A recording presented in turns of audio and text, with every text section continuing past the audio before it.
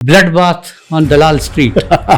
TV पर हम रोज देखते हैं, तेंदुलकर साहब आते हैं, धोनी जी आते हैं, कहते हैं म्यूचुअल फंड सही है। क्या म्यूचुअल फंड सही है? जब आप ये कहते हो कि मैं फाइनेंशियली फ्री हूँ, इसका क्या मतलब है? जब आपके पास इनकम नहीं है तो आप साइकोलॉजिकली ब्रेक हो। ये तो हुई फाइनेंशियल फ्रीडम की बात। सवाल मेरा ये कि मिलेगी कैसे? 9/11 का अटैक देखा आपने, .com क्रैश देखा, बिल्कुल 2008 का फाइनेंशियल क्राइसिस देखा, करेक्ट। हमने उसके बाद कोविड देखा। Start of the career people should not focus on buying the house. इसका मतलब ये कैलकुलेशन इतनी भी इजी नहीं है। इजी नहीं है। क्या करूँ उस पैसे का जो मैंने सेव किया, उसे कहाँ लगाऊं? आपको कैलकुलेशन समझने हैं कि पर ईयर रिटर्न कितना आ रहा है। तो लमसम एंड SIP, इस पर आपकी क्या राय? सेकेंड हैंड BMW ले जाओ 10 लाख में, ऑडी ले जाओ 10 लाख में, म्यूचुअल फंड में ही इन्वेस्टमेंट क्यों?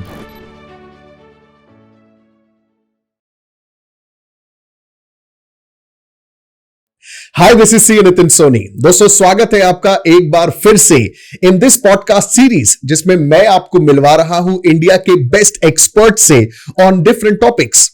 आज जिस टॉपिक की हम चर्चा करने वाले हैं वो है financial freedom, personal finance, mutual funds and what not. अब यह समझ लीजिए कि अगर आपके दिमाग में सवाल है कि भाई मुझे फाइनेंशियली फ्री होना है, फाइनेंशियल फ्रीडम है क्या, मुझे म्यूचुअल फंड में पैसा इन्वेस्ट करना है, म्यूचुअल फंड क्या है, कौन सा म्यूचुअल फंड सिलेक्ट करूं, कब शुरू करूं, कब तक करूं, ये सब सवालों के जवाब आज आपको इस पॉडकास्ट में मिलने वाले हैं। दोस्तों, आज जिस गेस्ट को मैंने इनवाइट किया है इस पॉडकास्ट के लिए, वो मेरे खास दोस्त हैं। इन्हें मैं काफी सालों से जानता हूं, मेरे क्लाइंट हैं, मित्र हैं। He is a best selling author of a book on personal finance. आज मैं जिस गेस्ट से आपको मिलवाने जा रहा हूं दोस्तों, he is none other than Avinash Malik. Avinash, स्वागत है आपका इस पॉडकास्ट पे।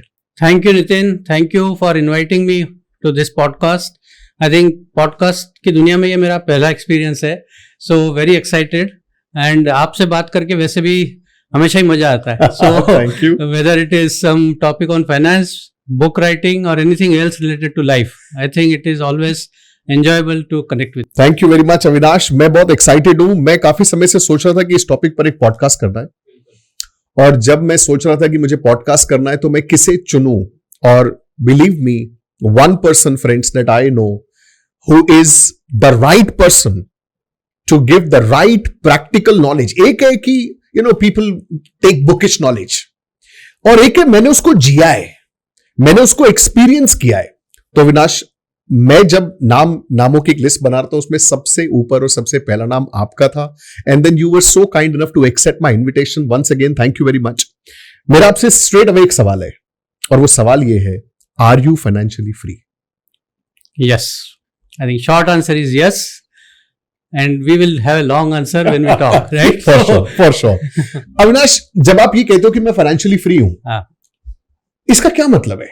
ये टर्म बहुत ज्यादा ओवर यूज्ड है मार्केट में। मेरे को ऐसा लगता है कि फाइनेंशियली फ्री कौन होता है? आप कब खुद को फाइनेंशियली फ्री कह सकते हो? आपको कब लगा कि यार मैं अब फाइनेंशियली फ्री हो चुका हूं? आई थिंक नितिन, आप बिल्कुल सही बात कर रहे हो कि अभी it has become more like a glamour, fire, आपने सुना होगा, right? Financial independence, retire early. So one is that glamour part, but reality is, I think we owe this not to ourselves but to our family, everybody, अपने बच्चे, wife, parents, कि हम financially independent बने। Retire होना is optional, right? Whether you want to work or not is completely optional, true. But ये goal सबका होना चाहिए कि लाइफ में कितनी जल्दी हम फाइनेंशियली फ्री हो सके। अब फाइनेंशियली फ्री हो सके का मतलब क्या है, राइट? सो इसको मैं ऐसे डिस्क्राइब करूंगा कि हमारे लाइफ के दो तरीके से हम लाइफ जी सकते हैं। एक है सर्वाइवल मोड, और एक है कि लाइफ एक्चुअली जी रहे, right? Living the life mode. So what is survival mode? Survival mode is कि आप हमेशा बस उतना ही कमा रहे हो कि आप रोटी, कपड़ा, मकान, गाड़ी, और अब डेटा, सोशल मीडिया, राइट? सो आप you can cover your basics, right? अब बेसिक लेकिन कहने को है कि खाली रोटी, कपड़ा, मकान, but everybody has defined their own basics. कोई चाहता है कि मैं 5 करोड़ के बंगलों में रहूं, 2 करोड़ की गाड़ी चलाऊं, 5 स्टार होटलों में खाऊं, ठहरूं, बट वो है फिर भी बेसिक ही उसके लिए, क्योंकि वो कवर तो सिर्फ रोटी, कपड़ा, मकान ही कर रहा है। ठीक बात है। तो जो हमें दिखते हैं रिच, वो may not be financially free, right? Because हो सकता है दे आर जस्ट, हमने सुना ही है कि right, people are just away how much, 1 paycheck, 3 months of their business income, they are away from going broke. True. Only this much. Correct. Right? हमने Covid में we have seen so many Absolutely. cases, Yeah. अच्छी families जो हमें दिखता था कि यार ये वेल टू डू फैमिलीज हैं, सड़क पे आ गई हैं. Absolutely. Right? मैंने Huge अपनी debt. आंखों से देखी. Huge debt. Such. And they are not able to survive. Correct. तो फाइनेंशियली फ्री का मतलब ये है कि आप अपना कैश फ्लो, अपनी लाइफस्टाइल ऐसे मैनेज करें कि आप first of all debt free हैं, कोई लोन नहीं है, कोई लाइबिलिटीज नहीं है आपके पास. And second important thing is आपके जो इनकम है, whether it is active income or passive income, right. अभी हम फाइनेंशियली फ्री की अगर बात कर रहे हैं तो will talk about only passive income. तो आपकी जो पैसिव इनकम है, विच इज इधर आपको प्रॉपर्टी का रेंट आ रहा है, म्यूचुअल फंड के रिटर्न्स आ रहे हैं, या आपके शेयर्स के डिविडेंड्स आ रहे हैं, जो भी आपकी पैसिव इनकम है जहां आप एक्टिवली काम नहीं कर रहे हैं, वो इनकम इतनी सफिशिएंट है कि आपकी करंट लाइफस्टाइल और पूरी लाइफ जो रिमेनिंग लाइफ है, इंक्लूडिंग कवरिंग द इन्फ्लेशन, वो कवर कर सके. जिस दिन आपके पास उतना पैसा है for your current lifestyle, that is your first step to becoming financially free. तो मतलब जो मैं समझ पा रहा हूं, आपकी जो करंट लाइफस्टाइल है, आप अभी जो गाड़ी चला रहे हैं, आप अभी जिस घर में रह रहे हैं, सपोज अगर वो रेंटेड है, आप जो खा रहे हैं, आपके बच्चों की एजुकेशन है, आपका बेसिक इधर उधर का ट्रैवल है, ये सारे एक्सपेंसेस मिला करके जो भी एक्सपेंस बना, वो अगर आपके पास रेगुलरली आ रहा है और पैसिवली आ रहा है, मतलब आप उस पर एक्टिवली काम नहीं कर रहे, देन, और पैसिवली आ रहा है और आपको पता है कि वो आता ही रहेगा ताउम्र, then you are financially free. क्या ये सही है? हाँ, इसमें मैं बस एक चीज और ऐड करना चाहूंगा. ये तो हो गए आपके ऑपरेशनल एक्सपेंसेस, सो टू से, राइट. जी. क्या आपकी लाइफ ऑपरेट होती रहे, चलती रहे, जी. उसके हैं. जी. बट देन जैसे हम बिजनेस टर्म में कहते हैं, there is something called as capital expenditure. जी. कि भाई आपके बच्चों की एजुकेशन, जी, शादी, करेक्ट है ना, आपके health insurance, life insurance, right. आपका अगर घर है तो उसकी जो भी लोन वगैरह आपने चुका दिए हैं, राइट. तो आपके जो भी नॉन कैपिटल एक्सपेंडिचर्स हैं, राइट, जो भी बड़े खर्चे आने वाले हैं लाइफ में, उसके लिए आपने अलग से कॉर्पस रख दिया है, जो आप यूज कर लोगे जब उसकी नीड आएगी. जी. लेकिन जो ऑपरेशनल एक्सपेंसेस है, लाइफस्टाइल एक्सपेंसेस है, कंसिडरिंग जो भी आपका लाइफस्टाइल इन्फ्लेशन होगा, उसको कवर करते हुए अगर आपके एक्सपेंडिचर कवर हो रहे हैं पैसिव इनकम से, तो आपकी फर्स्ट स्टेप फॉर लाइफ ये सेट है कि आप फाइनेंशियली फ्री हैं. तो एक इसको इजी करते हैं थोड़ा सा, ठीक है. मान लीजिए कि मेरा 30,000 रुपए रेंट जाता है. मान लीजिए कि बच्चे की एजुकेशन है 10-15 हजार रुपए, 20,000 मान लेते हैं. चलिए 50,000 ये हो गया, 30-40 हजार घर का खर्चा हो गया, 10-20 हजार हम ऊपर मान लेते हैं. तो मोटा मोटा एक एवरेज मान के चलते हैं कि भाई ₹1,00,000 का खर्चा है. अब अगर मुझे एक नंबर दिमाग में पकड़ना हो मंथली, जिसके अंदर मैं ये मान लूं कि कल को बच्चे की शादी भी करनी है, मुझे साल में कम से कम एक फॉरेन ट्रिप भी लगाने का मन रहेगा, बीवी कहती है तो, और कोई इमरजेंसी आ जाए, कोई हेल्थ इमरजेंसी आ जाए, तो मैं उसके लिए भी ना घबराऊं. तो एक तो मैंने आपको बता दिया कि मेरा 1,00,000 का तो मंथली खर्चा है, और एक अब ये इमरजेंसीज या वो कैपिटल एक्सपेंडिचर जो भी जनरली इंडिया में होते हैं. ऑब्वियसली मैं कोई अंबानी टाइप शादी नहीं करूंगा, उसका कोई एंड नहीं है. हाँ. लेकिन एक जनरल बात कर रहा हूं. हाँ. तो फिर आपको क्या लगता है कि वो passive income per month number क्या होना चाहिए मोटा मोटा? Of course it would be different for different people, but generally asking for the audience sake, वो नंबर क्या होना चाहिए अगर किसका 1,00,000 रुपए का मंथली एक्सपेंस है ऑपरेशनल? तो आई थिंक नंबर देने की बजाय मैं आपको एक सिस्टम बताता हूँ. अच्छा. कि कैसे आप अपना नंबर खुद निकाल सकते हैं. ठीक है, राइट. जो भी ऑडियंस अपना नंबर निकालना चाहे, आई थिंक वो, क्योंकि सबके लिए आपने बिल्कुल सही कहा, नंबर अलग है. हाँ, एवरीबॉडी हैज डिफरेंट एस्पिरेशन कि वो कैसी लाइफस्टाइल चाहते हैं. जी. शादी आप डिफरेंट तरीके से कर सकते हो, मैं डिफरेंट तरीके से करूंगा बच्चों की, राइट. तो हर एजुकेशन का, किसी का एस्पिरेशन है फॉरेन एजुकेशन बच्चों के लिए, किसी का डोमेस्टिक एजुकेशन है, तो सबके लिए नंबर डिफरेंट रहेगा. ठीक है. आई थिंक ये 2-3 फैक्टर पे डिपेंड करेगा कि आपका नंबर क्या है. आप पहले तो ये सारे लिस्ट बना लीजिए, ठीक है, कि आपके खर्चे, बड़े वाले खर्चे कौन से, और उसके लिए तो कॉर्पस आपको अलग से कमा के और रख देना है. और ऐसी जगह रखना है जो एटलीस्ट इन्फ्लेशन कवर्स कर। तो आज वो शादी अगर 50 लाख में हो रही है और वो शादी अगर 10 साल बाद होने वाली है तो 50 लाख में तो नहीं होगी। तो अगर आपका इन्फ्लेशन नंबर 6-7% है तो वो कम से कम वो 7% कवर कर सके, ताकि जब वो 10 साल बाद आप शादी करो तो अगर 75 लाख का खर्चा है, 80 लाख का खर्चा है, तो आज के जो 50 हैं वो जब तक 80 हो चुके हैं। करेक्ट। तो आपने मतलब शादी के लिए आज 50 लाख अलग रख दिए। ठीक है। तो ऐसे ही आप सारे खर्चों की लिस्ट बनाओ, उनके आगे अमाउंट लिखो और वो पैसा अलग निकाल के आपने इन्वेस्ट कर दिया। कहाँ इन्वेस्ट करना है वो हम आगे बात करेंगे। Correct correct. अब आपकी बात हुई ऑपरेशनल खर्चे की, जो आपने भी बोला। मैं इसमें एक चीज ऐड करना चाहता हूँ। शादी का खर्चा हमने कवर कर लिया, वो जो मैं हेल्थ की बात कर रहा हूँ, उस इमरजेंसी की बात कर रहा हूँ, इसके लिए आप कुछ नंबर सजेस्ट करना चाहेंगे इंडिया के पर्सपेक्टिव से? हाँ, तो हेल्थ को दो तरीके से आप देख सकते हो। एक तो ये कि आपकी हेल्थ की सिचुएशन ये भी हो सकती है कि आपका एक्टिव इनकम ही बंद हो जाए। ठीक है। राइट, क्योंकि आप काम ही नहीं कर सकते। ठीक है। तो हमें कंटिन्यूस इनकम चाहिए घर चलाने के लिए। अब आप एक तो हेल्थ इंश्योरेंस अच्छा लीजिए। राइट, आजकल लोग लेते हैं 5 लाख का हेल्थ इंश्योरेंस ले लिया, मेडिक्लेम वगैरह, जो हमारी आदत है, पेरेंट्स के साथ हमने देखा है शुरू से। I think world has moved on. People have to understand कि मेडिकल एक्सपेंसेस सबसे ज्यादा इन्फ्लेशन हो रहा है उसमें, जबकि हमारे गवर्नमेंट के जो इन्फ्लेशन नंबर्स रहते हैं सीपीआई वगैरह के, वो 6-7%, 5%, राइट, हमारी जो टारगेट रेंज है आरबीआई की 4-6%, बट वो सफिशिएंट नहीं है, क्योंकि मेडिकल एक्सपेंसेस जो है उसका इन्फ्लेशन वो बहुत ज्यादा है, 15% हो रहा है। तो आपको first of all health insurance लेना है और वो सफिशिएंट होना चाहिए। आज अगर आप मेरे से पूछो कोई अर्बन लाइफस्टाइल जी रहा है किसी मेट्रो में, उसका मिनिमम हेल्थ इंश्योरेंस 40-50 लाख से कम नहीं होना चाहिए। ठीक है। और क्रिटिकल हेल्थ इंश्योरेंस, जो क्रिटिकल बीमारियां होती हैं, कैंसर हो गया या किसी भगवान न करे किसी को हो, बट उनके लिए एक्सपेंसेस बहुत ज्यादा। ये आप एक फैमिली के लिए बता रहे हैं या एक इंडिविजुअल के लिए बता रहे हैं? आप फ्लोटर ले लो, क्योंकि with all God's grace I am assuming कि पूरी फैमिली को एक साथ ऐसी सिचुएशन नहीं होगी। ठीक है। Right, but minimum I am saying कि 50 लाख से आप स्टार्ट करिए और उसको धीरे धीरे एड ऑन करते जाइए, ताकि इन्फ्लेशन के साथ साथ आपका कवर बढ़ता जाए। जी।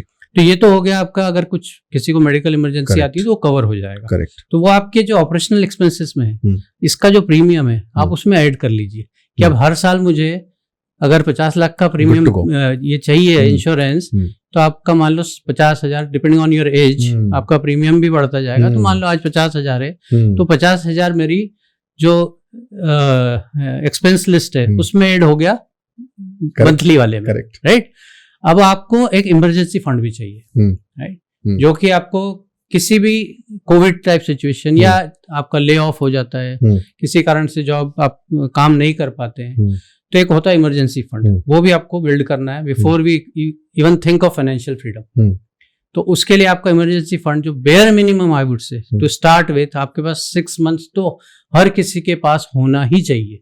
वो आपका फर्स्ट टारगेट होना चाहिए लाइफ में कि इमरजेंसी फंड बिल्ड करो, because it's not about money. जैसे ही आपको अगर वो इमरजेंसी सिचुएशन आती है कि जब आपके पास इनकम नहीं है, तो आप साइकोलॉजिकली ब्रेक हो जाते हो। ठीक बात है। तो उस ब्रेक से बचने के लिए, ताकि आप मेंटली स्टेबल रहो, फैमिली को सपोर्ट कर सको, रैशनली थिंक कर सको एंड सही डिसीजन ले सको, उसके लिए मिनिमम 6 मंथ से स्टार्ट करो एंड टारगेट कि आप 2 साल का इमरजेंसी फंड बना लो, ताकि जो आपके अगले 2 साल के खर्चे हैं वो आपके पास हमेशा रेडी है। कुछ भी हो जाए, मैं 2 साल तक तो डरना ही नहीं है, जब तक मैं कुछ फिगर आउट कर लूंगा लाइफ में क्या करना है। ट्रू, मतलब ऑपरेशनल एक्सपेंस का या तो 6 months is the starting point, और वो आपका फर्स्ट टारगेट है। हाँ, अदरवाइज 1 साल या 2 साल का आप सजेस्ट कर। हाँ, तो हम आपके एग्जांपल में अगर 1 लाख रुपए महीने का खर्चा है जी, तो हम बात कर रहे हैं कि कम से कम 24 लाख आप का टारगेट होना चाहिए इमरजेंसी फंड में डालने के लिए। ठीक है ना, कम से कम 6 लाख तो आपका होना ही चाहिए। करेक्ट, उसमें कोई चॉइस नहीं है। करेक्ट। तो जब ये इमरजेंसी फंड हो गया, तो वो जो मैं नंबर की बात कर रहा था, इसका मतलब ये कैलकुलेशन इतनी भी इजी नहीं है। इजी नहीं है कि हम 1 मिनट में बैठे बैठे किसी का एक वो नंबर निकाल दे। हाँ, उसकी मेथड है, you have to go through that grind, correct, and then prepare that Excel sheet कि ये सब हो गया। एक बड़ी इंटरेस्टिंग बात आपसे इस छोटी सी डिस्कशन में ये सामने आई कि मैंने भी जैसे आपको बोला, तो मैंने क्या कहा, रेंट, बच्चे के एजुकेशन का खर्चा, खाना पीना, फॉरेन ट्रेवल, मेरी लिस्ट में तो आपका हेल्थ इंश्योरेंस था ही नहीं। ना मेरी लिस्ट के अंदर इमरजेंसी का कुछ मैंने एलिमेंट रखा। तो कहने का मतलब है कि एक नॉर्मल अपने इंडिया में क्या है कि जब हम सोचते हैं तो हम मोटा मोटा वही खर्चा जो हम इनकम कर रहे हैं रोज देखते हैं, है ना। तो ये भी एक लर्निंग है कि we have to be sensitive enough कि कुछ इमरजेंसी, कुछ हेल्थ, कुछ अनफोर्सीन सर्कमस्टांसेस के तरफ भी हमें होना चाहिए। तो विनाश, ये तो हुई फाइनेंशियल फ्रीडम की बात। सवाल मेरा ये कि मिलेगी कैसे? पैसा मैं कमा तो रहा हूं और सेव कर रहा हूं। हर महीने जो कमा रहा हूं, पिताजी ने समझाया था बेटा जो कमाओ ज्यादा से ज्यादा सेव करो, कर रहा हूं ना। तो क्या मैं फाइनेंशियली फ्री नहीं हो पाऊंगा अगर मैं सिर्फ सेविंग कर रहा हूं, बैंक में पैसा डालता जा रहा हूं? तो कोई प्रॉब्लम है इसमें? इसकी सबसे बड़ी प्रॉब्लम है इन्फ्लेशन। अच्छा, राइट। हम लोग जो जहां हमारी फाइनेंशियल एजुकेशन लैक करती है जी, दो जगह जो सबको पता है जी। चलो मैं इसको आंसर करने के पहले एक बात बताऊं। जैसे कई चीजें बहुत सिंपल है लाइफ में पर हम कर नहीं पाते हैं। अभी जैसे हेल्थ, अगर आपको अपनी हेल्थ ठीक रखनी है तो 3 बेसिक चीजें क्या है भाई? एक्सरसाइज करो, हाँ, और अच्छा खाओ, हाँ, ज्यादा मत खाओ, हाँ, तो एक्सरसाइज करो, हाँ, डाइट अच्छी रखो, न्यूट्रिशन राइट ठीक रखो, और गुड रेस्ट, स्लीप, एब्सोल्युटली। और भी हम ऐड कर सकते हैं, बट ये फंडामेंटल्स हो गए आपके। बिल्कुल। अगर अब ये किसको नहीं पता है, दुनिया में किसी भी आदमी से पूछोगे सबको पता है, मगर क्या लोग अनहेल्दी नहीं है? क्यों नहीं है लोग हेल्दी? है ना, हेल्थ इंडस्ट्री इतने बिलियंस ऑफ डॉलर बना रही है, वो क्यों बना रहे हैं? क्योंकि ये सब पता है फिर भी लोग करते नहीं है जी, है ना। सुबह उठ के वॉक करनी है पर नहीं करते जी, है, ड्रिंक नहीं करना है पर करते हैं, जंक नहीं खाना है बट रोज मैकडॉनल्ड, बर्गर किंग खा रहे हैं, बिल्कुल, पिज्जा खा रहे हैं। आप वीकेंड पे जाके देख लो, बैठने की जगह नहीं है। तो ऐसे ही फाइनेंस का भी है जी, इट्स नॉट दैट कॉम्प्लिकेटेड। हम लोग सिंपल चीजों को करते नहीं है। हम क्या करते हैं, लोगों का जनरल बिहेवियर कैसा है कि 1 तारीख को सैलरी आई या जो भी आपके इनफ्लो है, बिजनेस इनकम है, पहले खर्चे, 30 तारीख को जो बच गया वो सेविंग हो गई, नहीं बचा तो अगले महीने बचा लेंगे, आखिर जिंदगी भी तो जीनी है। लेकिन आई थिंक थोड़ा फिलोसॉफी ये चेंज करनी चाहिए कि पहले अगर हमारे टारगेट्स हैं सेविंग के, आगे हमें लाइफ अच्छी अगर चाहिए तो आप पहले सेव कर लो 1 तारीख को, ओके। अब जो बच गया है उसमें आप लाइफ चलाओ उस महीने की, तो ऑटोमेटिकली जो आपके एक्स्ट्रा एक्सपेंसेस हैं जी, वो कंट्रोल हो जाएंगे। करेक्ट। आप 1 लाख में से अगर आपने डिसाइड किया है कि मेरा 25,000 मुझे बचाना है हर महीने, क्या सजेस्ट करते हैं आप, कितना बचाना चाहिए? देखो सबकी अगेन सर्कमस्टांसेस डिफरेंट है जी, बट कुछ एवरीबॉडी शुड टारगेट। अगर आप बिल्कुल नहीं कर पा रहे हो आज अगर कोई मुझे मिलता है कि मैं 0 सेविंग कर रहा हूँ, तो मैं उसको बोलूंगा कि आप 10% आज से स्टार्ट करो, okay, of your monthly income जी। आपकी लाइफ में कुछ फर्क नहीं आएगा। ठीक बात। आपको पता ही नहीं कि आपका 10% पैसा कहाँ जाता है, where my money went. Correct, हमने सुना है सबसे आखिरी में मैंने इतना खर्चा तो नहीं किया, पैसा कहाँ चला गया।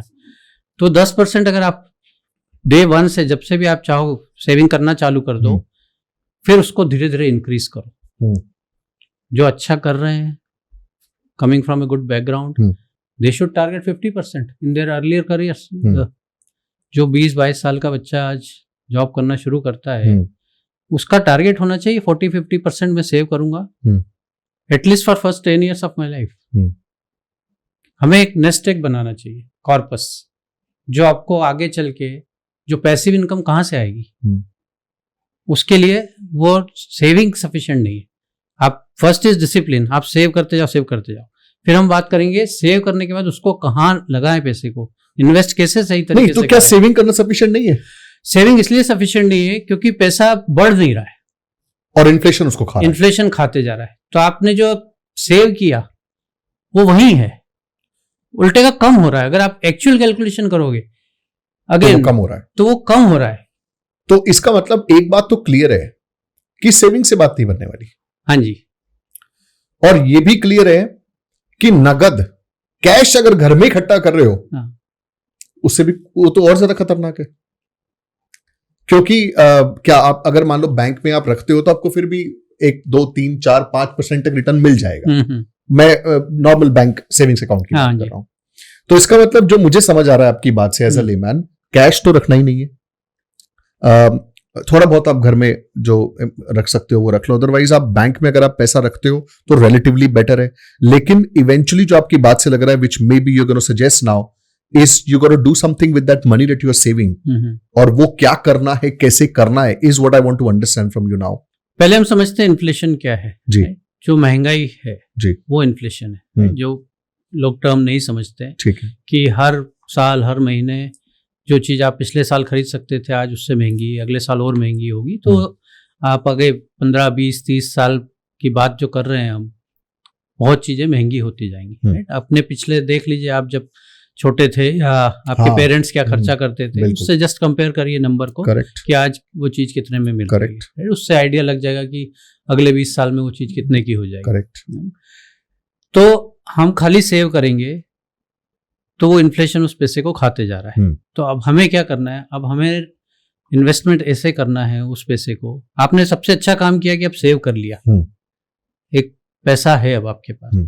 अब आपको इन्वेस्ट करना है ऐसी जगह जो इन्फ्लेशन को बीट कर सके और ग्रो कर सके। राइट? अब हिस्टोरिकली अगर आप देखो तो अपने पास क्या क्या ऑप्शंस है। FD is one, right, fixed deposit, जिसका करंटली अगर आप देखो तो 7-8% की रेंज में आपको रिटर्न आता है। फिर आपके पास रियल एस्टेट है, फिर आपके पास गोल्ड है, फिर आप ऑब्वियसली इक्विटी है। Now there are new financial instruments, crypto and everything else. Right? अब इक्विटी की बात हम साइड में रखते हैं। रेस्ट ऑल जितने भी ये gold, real estate, savings, FD या डेट इंस्ट्रूमेंट्स जितने भी हैं, ये सब सिंगल डिजिट में ऑन एन एवरेज रिटर्न देते हैं। अगर आप फॉर ए लॉन्गर ड्यूरेशन अगर देखो, ठीक है, कि 10 साल का रिटर्न, 15 साल का रिटर्न, 20 साल का रिटर्न, ये सब सिंगल डिजिट में आएगा आपका। Equity is the only class जो आपको डबल डिजिट में रिटर्न देगी। तो आप रियल एस्टेट को भी ऐड कर रहे हो उसमें? हाँ, रियल एस्टेट में भी अगर आप लॉन्गर ड्यूरेशन के लिए देखोगे तो 9-10% से ज्यादा रिटर्न नहीं आता है। ओके, ना आप, but there could be examples जहां आपको दिखेगा कि कोई लैंड ली थी वो इतने गुना हो गई, कोई प्रॉपर्टी ली थी इतने गुना हो गई। First of all we have to first see the compounding calculation and understand. कोई चीज अगर 25% पर ईयर से बढ़ रही है तो पैसा 3 साल में डबल होता है, 10 साल में 10 गुना होता है। तो कोई आके अगर बोल रहा है कि मेरी लैंड जो है 20 साल में 10 गुना हो गई, it's not a great return. सुनने में 10 गुना हो गई, आपको कैलकुलेशन समझने हैं कि पर ईयर रिटर्न कितना आ रहा है उसका, व्हाट इज द CAGR। तो वो कैलकुलेशन हम देखेंगे। तो अगर आप देखो तो सब रियल एस्टेट, गोल्ड, सब इंक्लूडिंग इज अराउंड 10% और लोअर। राइट? अब इन्फ्लेशन अगर हमारा 6-7% है और ये खाली हेडलाइन नंबर है, एक्चुअल इन्फ्लेशन जो है हम लोगों के घर में, अर्बन लोगों का, वो ज्यादा है। इट्स नॉट 6%, वो 10%, 8%, 12%, depending on which category you are looking. Right? Medical we took the example, education is another one, वो डबल डिजिट में ग्रो हो रहा है इन्फ्लेशन नंबर। तो एजुकेशन अगर बच्चों की आप प्लान कर रहे हो तो 10-12% से बढ़ रही है इन्फ्लेशन। ठीक है, कितनी एक्सपेंसिव हो गई है। ठीक है, तो हमें अपना पोर्टफोलियो मिक्स इस टाइप से बनाना है कि आपका रिटर्न एटलीस्ट इन्फ्लेशन बीट करे, जो आपका लाइफस्टाइल इन्फ्लेशन है। मींस हमें रिटर्न डबल डिजिट में चाहिए। बॉटम लाइन ये है। ठीक है, तो बात समझ में आती है कि अगर हम खाली एफडी में या गोल्ड में या रियल एस्टेट में इन्वेस्ट कर रहे हैं तो सिंगल डिजिट रिटर्न हमें मिल रहे हैं मोटा मोटा। अब हमारे को एम करना है कि वो जो हमने सेविंग्स करी है उस सेविंग्स से हमें डबल डिजिट रिटर्न आना शुरू हो। कैसे आएंगी? इसके लिए I think I can think of only equity as an asset class जो आपको डबल डिजिट रिटर्न देगी। तो हमें समझना होगा कि म्यूचुअल फंड्स क्या हैं, ETFs क्या हैं। जब आप इक्विटी की बात कर रहे हो तो सिंपल है ना, जो भी कंपनीज है जिनके नाम हम रोज सुन रहे हैं, मैं HDFC बैंक का मैं शेयर उठाता हूं ना, इक्विटी तो है, मैंने इन्वेस्ट कर दिया। या मैं कोई भी और बड़े बड़े PSUs हैं और बड़ी कंपनीज हैं, बढ़ रही है, दिख रहा है, रिलायंस, घर घर में नाम है रिलायंस, तो डाल देता हूं मैं, इक्विटी में इन्वेस्ट कर तो लिया। पोर्टफोलियो शब्द आपने एक यूज किया, मैं समझना चाहता हूं कि जब, और अभी जैसे आपने इक्विटी बोला तो आप स्ट्रेट अवे इक्विटी से म्यूचुअल फंड पर आ गए। आपने ये क्यों नहीं कहा कि इक्विटी मतलब आप फलाने शेयर में इन्वेस्ट कर दो? तो अब इसमें थोड़ा इक्विटी मार्केट को समझना पड़ेगा जी, कैसे वो फॉर्म होता है, क्योंकि हर किसी को डायरेक्ट शेयर इन्वेस्टमेंट करना इतना इजी नहीं है, क्योंकि आपको वो समझना पड़ेगा कि वो स्पेस कैसे वर्क करती है। Okay. क्योंकि there is a price to pay, that price is volatility, right. कोई भी शेयर का ऊपर नीचे जाना, कोई भी शेयर्स हैं, right, ultimately it is link to market sentiment, आपका बिजनेस कैसे परफॉर्म कर रहा है, उनकी अर्निंग्स क्या हैं, ओवरऑल मैक्रो जो इकोनॉमी सिचुएशन क्या है कंट्री की, वर्ल्ड की, there are many factors, right. So ये सब एक आम आदमी के लिए स्टडी करके समझ के सही डिसीजन लेना उतना आसान नहीं होता है। Okay. And obviously while we want more return, आपको अपनी कैपिटल भी सिक्योर करनी है। करेक्ट। सो इसलिए आपको एक्सपर्ट एडवाइस ज़्यादा इंपॉर्टेंट है इनिशियल डेज में, जब आप सीख रहे हैं इस स्पेस में। आप लर्निंग जब कर लें, आपको समझ में आने लगे कि आप इंडिविजुअली स्टडी करके कंपनी को इन्वेस्ट कर सकते हैं, तो definitely you go and invest. But otherwise for a common man I think it is better to give it to professional who can do it. That's where mutual funds come into picture. ये है क्या mutual fund? किसको बोलते हैं mutual fund? Mutual fund is just a basket of shares जो एक आपका fund manager है वो बाय कर रहा है आपके बिहाफ पे। ठीक है। अब फंड मैनेजर कौन है? ही इज ए प्रोफेशनल, जिसको ये स्पेस समझ में आती है कि जो फंडामेंटल एनालिसिस कर सकता है कि रिलायंस आज क्या काम करता है, उसकी आगे क्या ग्रोथ होगी, उनके बैलेंस शीट किससे दिख रही है, उनका कैश फ्लो क्या है, उनका प्रॉफिट एंड लॉस क्या है। तो ये सारे जो कंफ्यूजिंग नेम्स हैं, उसके नंबर्स हैं, ये फंड मैनेजर स्टडी करेगा। They will charge you some nominal fee 1%, 2% depending on fund houses and type of mutual fund you are buying. But एक प्रोफेशनल है जो प्रॉपरली इन्वेस्ट कर रहा है। तो फॉर ए कॉमन मैन ये अच्छा होगा कि म्यूचुअल फंड में आप इन्वेस्ट करो through SIPs।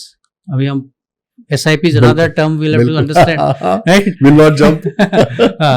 So basically question is कि म्यूचुअल फंड में ही इन्वेस्टमेंट क्यों? Why? What is mutual fund? है ना? तो अब क्वेश्चन मेरा ये कि टीवी पर हम रोज देखते हैं, तेंदुलकर साहब आते हैं, धोनी जी आते हैं, कहते हैं म्यूचुअल फंड सही है। अब मुझे तो अभी तक ये नहीं पता था, सपोज एज ए लेमैन, कि म्यूचुअल फंड है क्या। तो आपने मुझे बता दिया कि भाई म्यूचुअल फंड क्या है। म्यूचुअल फंड एक कलेक्शन ऑफ स्टॉक्स है जिसको एक प्रोफेशनल मैनेज कर रहा है ना? तो क्या म्यूचुअल फंड वाकई सही है? आप ये बता दो। उनको मैं नहीं जानता, मैं जाके नहीं पूछ सकता। हो सकता है they are being paid to say it on screen. I want to hear from you, I know you. Avinash, क्या म्यूचुअल फंड सही है? इसकी फिलॉसफी ये है कि फर्स्ट ऑफ ऑल अगर आपको कंपनीज में, आप म्यूचुअल फंड मतलब आप कंपनीज में इन्वेस्ट कर रहे हो, राइट? आपने HDFC, रिलायंस, इनके नाम लिए, सारी जो भी इंडिया की नामी कंपनीज हैं, हम उनमें इन्वेस्ट कर रहे हैं जी। मतलब हम इंडिया स्टोरी में इन्वेस्ट कर रहे हैं कि इंडिया विल ग्रो, राइट? जो इक्विटी इन्वेस्टर है उसका फर्स्ट जो अजम्पशन है वो ये है कि माय कंट्री विल ग्रो। तो फर्स्ट ऑफ ऑल आप अपनी कंट्री पे बैंक कर रहे हैं कि कंट्री ग्रो करेगी। जब कंट्री ग्रो करेगी तो उसकी कंपनीज ग्रो करेंगी। करेक्ट। अब हमें जब तक वो कॉन्फिडेंस है कि हमारी कंट्री ग्रो करेगी और हमारी कंपनीज ग्रो करेंगी, तो हमें उसमें पार्टिसिपेट करना है। जो वेल्थ क्रिएशन होगा कंट्री में, we should be part of that. और वो हो रही है, वो हो रही है, तो ग्रो हो रहा है। तो अगर आपको ये कॉन्फिडेंस है, हाँ भाई, पिछले 10 साल आप देख लो, अगले 10 साल देख लो, इनफैक्ट ज्यादा देख लो, आप पिछले 50 साल देख लो रादर, बिल्कुल, है ना? और आप ग्लोबली देख लो, 100 साल देख लो, 200 साल देख लो, one of the fastest growing economy है भाई। तो अगर कंट्री ग्रो हो रही है, कंपनीज ग्रो हो रही है, तो शेयर्स ग्रो होंगे। करेक्ट। तो वेल्थ डिस्ट्रीब्यूशन होगा। ठीक है। आई थिंक देन हम वो फंड मैनेजर को ट्रस्ट करते हैं कि वो हमारे लिए सही कंपनीज चूज करेगा और हमारी बास्केट में रखेगा, हम उसमें इन्वेस्ट कर रहे हैं। ठीक है। तो जब भी आपको लॉन्ग टर्म इन्वेस्ट करना है तो म्यूचुअल फंड सही है। Okay. After understanding the risk कि देयर विल बी वोलेटिलिटी, ऊपर नीचे होगा, मतलब रिस्की तो है, रिस्क मैनेज करनी है हमें। देखो, today not taking the risk is the biggest risk. अगर आप FD में करके बैठ गए, भाई नॉट टेकिंग रिस्क तो ये ना कि आप सेव करके छोड़ दो, आप इन्वेस्ट ही मत करो, but that is also again you, अभी तो समझाया आपने, वो बिगेस्ट रिस्क है भाई। इन्फ्लेशन खा रहा है पैसा आपका, तो इसका मतलब रिस्क तो लेना ही पड़ेगा। रिस्क तो लेना ही पड़ेगा। और रिस्क न्यूट्रलाइज हो जाती है अगर आप लॉन्ग टर्म सोचो। ठीक है। आज अगर आप इन्वेस्ट करो और मुझे बोलो कि अगले साल पैसा चाहिए जी, तो अगले साल की कोई गारंटी नहीं कि पैसा बढ़ा रहेगा। बट आप जैसे FD करते हो, आप एफडी आज कौन कम से कम 5 साल 10 साल की करता है, उससे कम की तो कोई नहीं करता है। तो आप जब 10-15 साल 20 साल के लिए इन्वेस्ट कर रहे हो तो there is no reason to be worried. Correct. Country grow करेगी, कंपनीज ग्रो करेंगी तो आपका पोर्टफोलियो ग्रो करेगा। बीच की जो वॉलेटिलिटी आएगी, ऊपर नीचे होगा, we'll have to deal with it. हम आप लास्ट के, चलो हम ज्यादा दूर ना भी जाएं, 20-25 साल की हिस्ट्री देख लो। आपने क्या क्या देख लिया? 9/11 का अटैक देखा, आपने .com क्रैश देखा, बिल्कुल 2008 का फाइनेंशियल क्राइसिस देखा। करेक्ट। आई थिंक वो once in 100 years वाली इवेंट थी। करेक्ट। हमने उसके बाद कोविड देखा। करेक्ट, वो भी once in 100 year वाली चीज है। सो ये सब देख के भी आप अगर हिस्ट्री देख लो पिछले 20 साल की, मार्केट वहां से तो ऊपर ही है। करेक्ट। तो आपने अगर वहां इन्वेस्ट किया है 20 साल के लिए, किसी ने भी पिछले 20 सालों में, उनका तो ग्रोथ हुआ है पैसा। तो आगे भी कुछ ऐसी सिचुएशंस आएंगी, आई एम श्योर आएंगी। तो इसका मतलब बेसिकली हम ये समझ रहे हैं कि mutual fund long term investing के पॉइंट ऑफ व्यू से करना है। आप ये सोचो भी जैसे हम शेयर को रोज नजर लगा के देखते रहते हैं, हम ना जैसे कंप्यूटर पे लोग लगे रहते हैं, भाई सुबह शाम डे ट्रेडिंग चलती रहती है, ये नहीं है म्यूचुअल फंड। बिल्कुल नहीं। म्यूचुअल फंड आप इन्वेस्ट कर रहे हो, आप इंतजार करो 3 एटलीस्ट। अच्छा ये भी बताओ 3 साल की 5 साल, कब मैं जाकर के नजर मारूं कि हाँ भाई कहां पहुंचा? ठीक है, जनरली म्यूचुअल फंड आप अगर इन्वेस्ट कर रहे हो, उसका एक प्रोसेस के थ्रू आपने आइडेंटिफाई करे, थ्रू सम एडवाइजर और व्हाटएवर, कि ये अच्छे म्यूचुअल फंड्स हैं। आपने एक बार इन्वेस्ट कर दिया, गिव दैट अ टाइम। आप 2-3 साल दीजिए, रोटेशन, सेक्टर रोटेशंस होता है, पैसा अलग अलग growth fund, value fund, depending on where you are investing, वो मूव होता रहता है। अगर आपको 3 साल बाद लगता है कि कोई एक पर्टिकुलर फंड किसी कारण से परफॉर्म नहीं कर रहा है, उस टाइम आप वो पैसे को स्विच कर सकते हैं। But don't do it like every month, every quarter. Give some time, at least I think 2 to 3 years is a good time, जब आप देख सकते हो कि आपका फंड कैसा परफॉर्म कर रहा है, और वो अगर अच्छा कर रहा है, कंटिन्यू टू इन्वेस्ट। अगर लग रहा है कि आपको कोई रीजन है कि वो नहीं कर पा रहा है, तो talk to your advisor and understand can we switch to something else. Make sense. Avinash, जैसे आपने मुझे बताया कि एफडी में हमें सिंगल डिजिट मिलेगा, रियल एस्टेट में सिंगल डिजिट मिलेगा, म्यूचुअल फंड में क्या मिलेगा? तो देखो, future nobody can predict, okay, right? We have to go by past. And जो हम अभी बात कर रहे थे कि हमने ग्रोथ देखी है पिछले 20-30 साल 50 साल में, तो हिस्टोरिकली जो रिटर्न्स हैं, सेफ फंड्स जो बोलते हैं हम, जैसे कि आप निफ्टी 50 हो गए, राइट, जो अपनी टॉप 30-50 कंपनीज हैं, large caps, mid caps, category के हिसाब से रिटर्न्स होते हैं। बट हिस्टोरिकली इंडेक्स, जो अपना कंट्री का इंडेक्स है, it has given 12 to 14% return every year, right? तो अगर आप ज्यादा दिमाग ना भी लगाएं और इंडेक्स ओरिएंटेड फंड्स में भी डाल दें, तो आपको at least 12% historically it has given. And I am pretty hopeful की एंड कॉन्फिडेंट कि अगले, अगर आप 10-20 साल के लिए कर रहे हैं, तो there is a fair chance कि आपको अगर इंडेक्स फंड पे कर रहे हो तो 12% आप आराम से, आई थिंक, कब बनाओ। ओके, तो इसका मतलब 12% is a reasonable return that anybody can expect from mutual fund. I think so. सुनते कई इन्फ्लुएंसर से मैं 20% रिटर्न्स मिल गए, मेरे को 22% मिल गए, 25%, अप टू 30% रिटर्न्स मिले। इस बारे में क्या कहना है आपका? से अगेन, मैं 2 बातें बोलूंगा। One is which category you are looking at, right? क्योंकि ये जो फंड्स होते हैं, ये हमने अभी जो बात करी वो इंडेक्स फंड्स की बात करी कि ओवरऑल मार्केट कैसा परफॉर्म कर रहा है, हमारी जो लार्ज कंपनीज हैं वो कैसा परफॉर्म कर रही है। Now there are risky assets within mutual funds, right? So अगर आप स्मॉल कैप, जो छोटी कंपनीज हैं, जो अभी ग्रो हो रही हैं, जस्ट स्टार्ट हुआ है बिजनेस, जो फ्यूचर में शायद रिलायंस और HDFC बनेंगी, उस होप के साथ आप इन्वेस्ट आज कर रहे हो अगर छोटी कंपनीज में, तो हो सकता है कि वो आपको ज्यादा रिटर्न दे दे, बट उसमें रिस्क भी ज्यादा है। तो ये बात समझनी पड़ेगी। तो जब आपको नॉलेज मिल जाए कि हाँ भाई, हम समझ रहे हैं कि हम ज्यादा रिस्क ले रहे हैं ज्यादा रिटर्न के लिए, तो then you can look at may be after large cap, mid cap, जो मीडियम साइज कंपनीज हैं, उसके रिलेटेड जो फंड्स हैं, फिर may B a small portion, again आप यू कैन डाइवर्सिफाई। आप अगर 100 रुपए लगाना है तो आपने 50-60 रुपए लार्ज कैप में लगा दिए, 20-30 रुपए मिड कैप में लगा दिए, आखिरी के 10-15 रुपए आपने स्मॉल कैप कंपनीज में लगा दिए। Small cap index generally, again 10-15 साल का आप हिस्टोरिकल एवरेज देखोगे तो वो 17-18% तक रिटर्न दे देते हैं। अच्छा।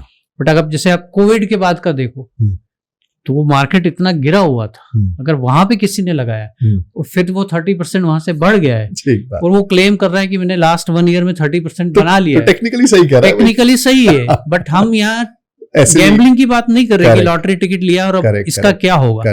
हम बात कर रहे हैं वेल्थ बिल्ड करने की for our life, for next generation. Correct, we are talking about what will happen in 20, 30, 40 years, correct, not like in 2 weeks और 2 months और 2 years। Correct, correct.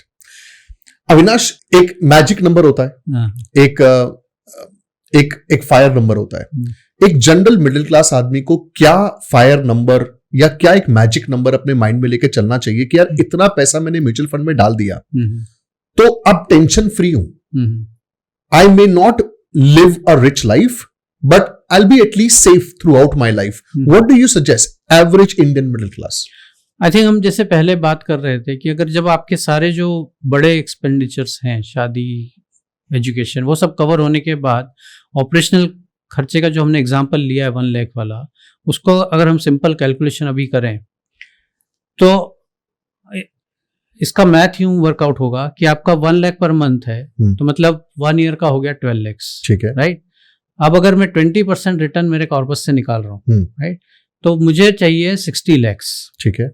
अगर 60 lakhs मेरे पास हैं और उस पर 20% अगर रिटर्न आ रहा है तो then you will get 12 lakhs per month per year, right, which is 1 lakh per month। 1 lakh रुपए महीना आ गया, 1 लाख रुपए महीना आ गया। तो ये सिंपल कैलकुलेशन है। अगर आपका रिटर्न का जो कैलकुलेशन है वो कितना है, अगर आपका 10% है कि मैं 10% कमाऊंगा तो आपका 1.2 करोड़ हो गया। This is all we are talking pre tax.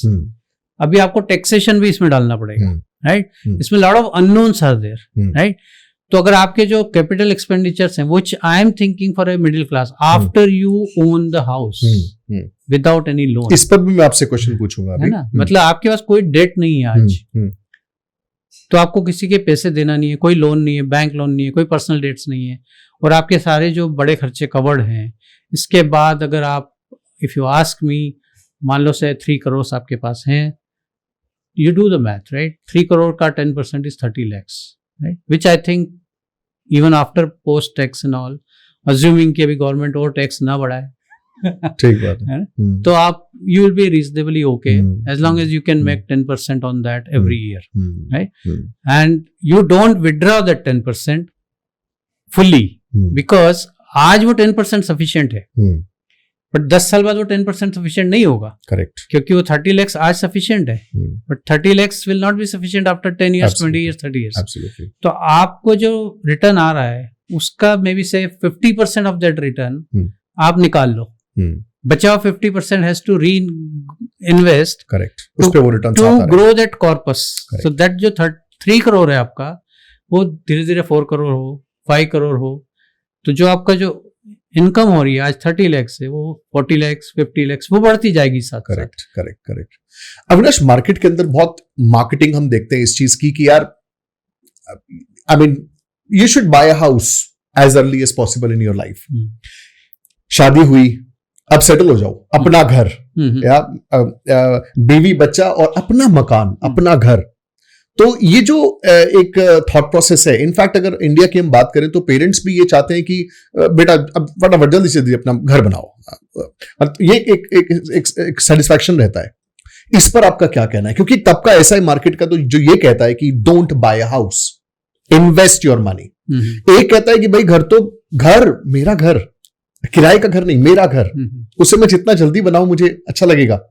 आपकी क्या राय और आप क्या सोचते हैं? नहीं, आपने बहुत अच्छी बात करी। मेरा जो इसमें व्यू है वो है middle ground, because house is a very emotional decision, है ना। इसमें खाली फाइनेंशियल डिसीजन नहीं है, तो we have to balance it out, right. So one extreme is कि लोग बोलते हैं घर खरीदो ही मत।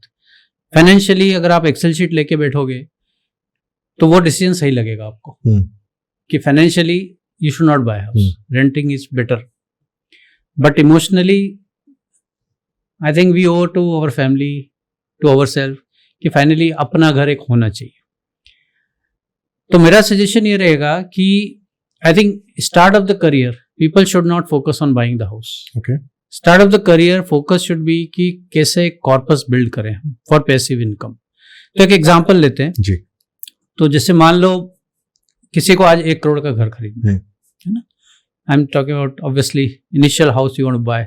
मेंशन आजकल नहीं आएगा 1 करोड़ में. ठीक बात है, पेंट हाउस की बात नहीं कर रहे, नॉर्मल 2 BHK की बात कर रहे हैं. तो हम एक यंगस्टर्स जो जस्ट स्टार्ट कर रहे हैं करियर और पेरेंट्स का घर नहीं मिला है अपनी सैलरी पे, he is planning to buy house. Will take that example.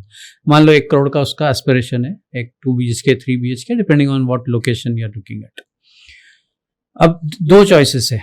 Assuming कि उसकी इतनी सैलरी है कि he can afford that EMI, right? आजकल double income we know, right? People are able to afford good EMIs. अब आपके पास 2 choices हैं. या तो आप घर आज खरीद लो and start paying that EMI for next 20-25 years, and then you don't build the corpus because अब आप बैंक को रिच बना रहे हो. आपने इंटरेस्ट पेमेंट चालू कर दी है, EMI चालू कर दी है. दूसरा चॉइस है कि अभी आप 22-23 हो, आपने करियर स्टार्ट किया है, आप नेक्स्ट 10 to 15 ईयर्स पहले कॉर्पस बनाओ.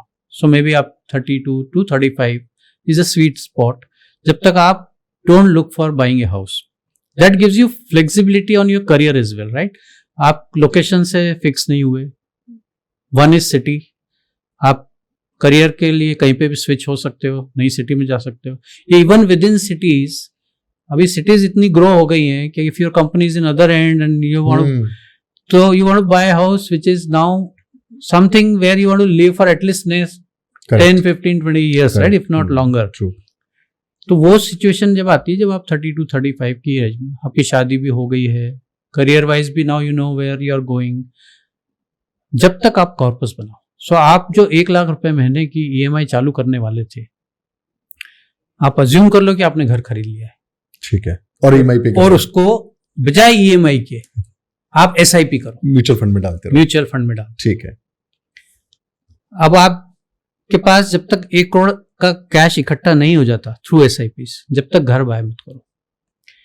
जब वो 1 करोड़ इकट्ठा हो गया है आपका, inflation adjusted, then you buy house. अब क्या होगा?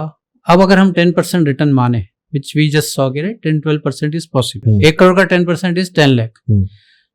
अब आपने 10-12% का रिटर्न बनाया तो almost 1 lakh rupees per month आपका पैसिव इनकम चालू हो गया फ्रॉम दैट कॉर्पस. करेक्ट. अब ये जाएगा बैंक को एज एन EMI. अब आपकी जो सैलरी है, जो कि बढ़ चुकी है पहले से 10 साल 12 साल में, उससे आप लाइफ एंजॉय कर रहे हो, अपने दूसरे सेविंग प्लान्स, एजुकेशन बच्चों की, जो भी आपके लाइफ एक्सपेंसेस फ्यूचर के, वो प्लान कर रहे हो. अब आप कि जो EMI इसमें से जा रही है, बैंक को आपका वो कॉर्पस पे कर रहा है. अब आपके लिए उसके लिए इनकम नहीं चाहिए आपको.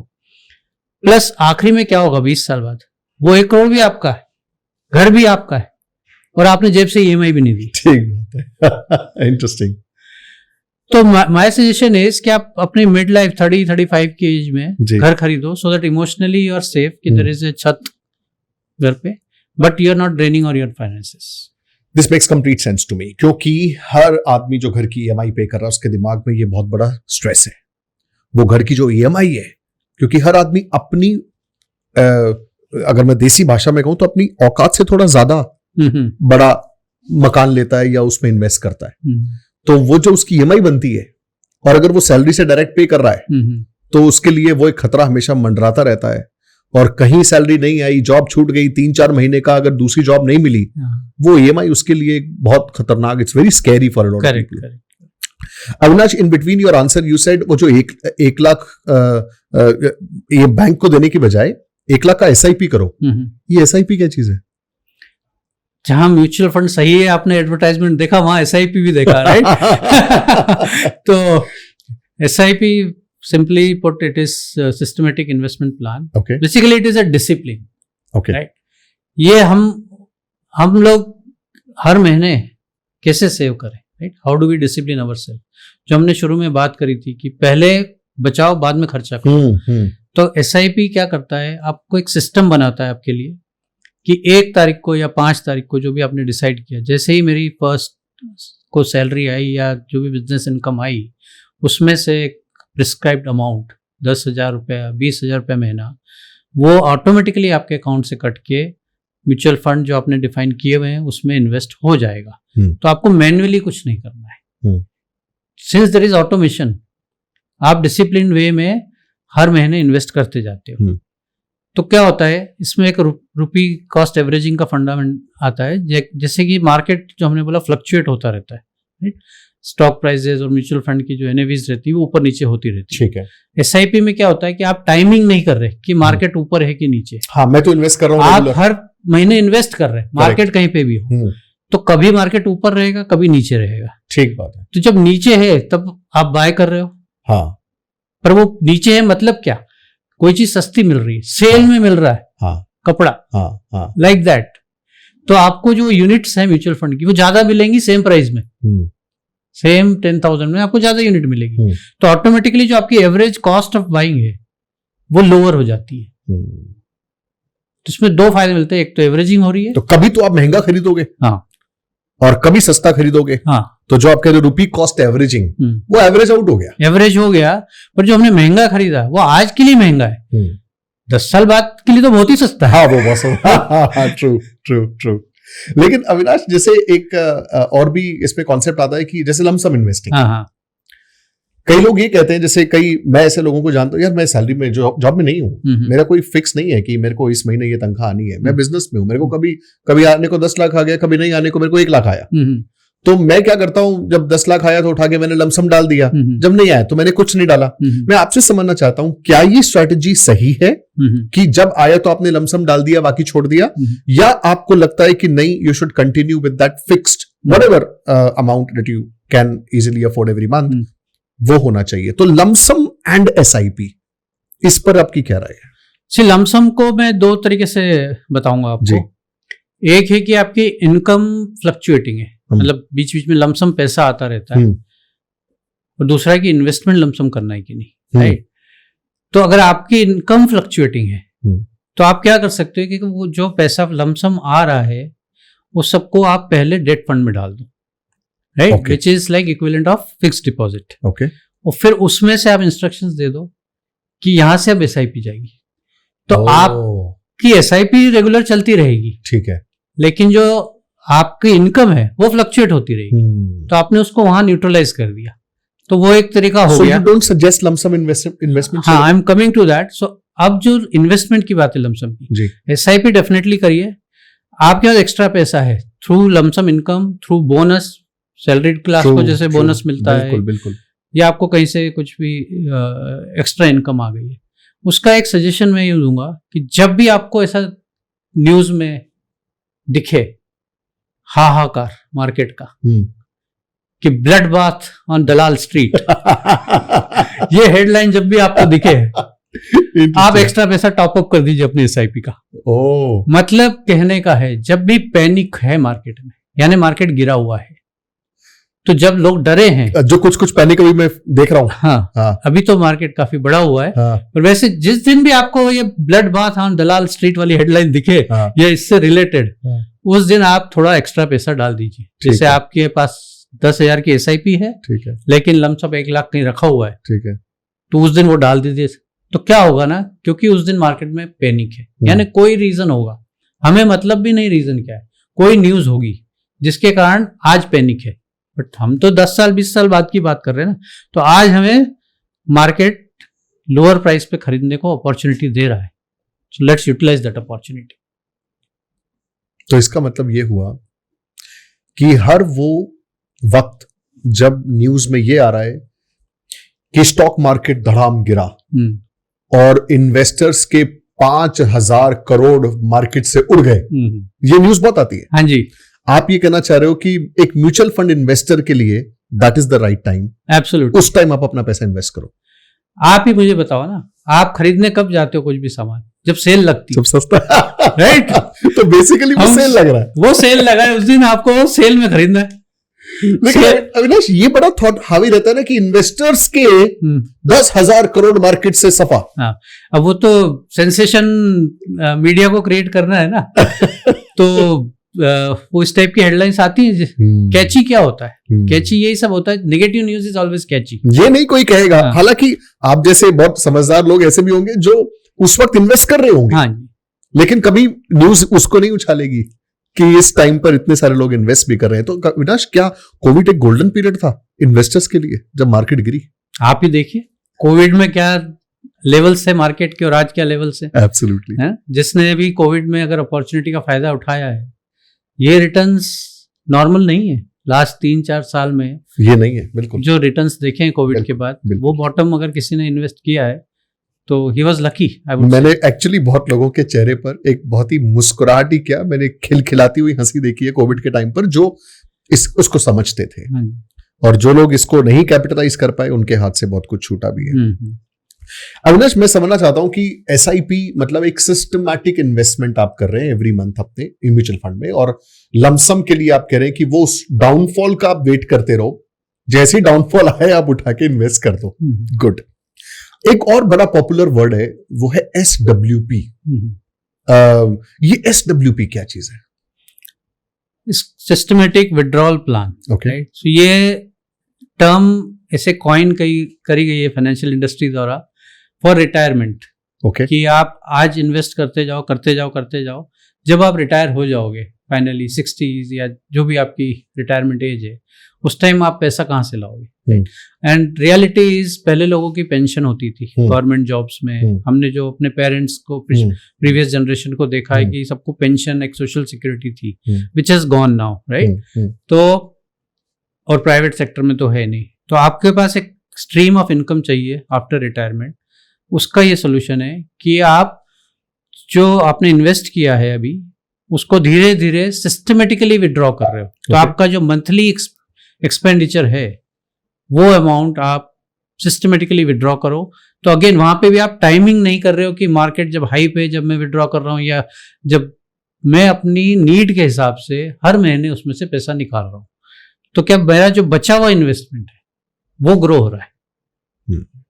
और इसका एक जनरल थंब रूल या एक मैथमेटिकल फॉर्मूला है, 4% रूल, जो बहुत फेमस है जी, कि आपका जो कॉर्पस है उसका 4% आप विड्रॉ कर सकते हो एवरी ईयर, क्योंकि रिमेनिंग जो आपकी रिटर्न आएंगे, मान लो आप 10% रिटर्न ले रहे हो हर साल मार्केट से, 4% आपने विड्रॉ किया, तो बचा हुआ 6% री इन्वेस्ट हो रहा है, तो which will keep growing.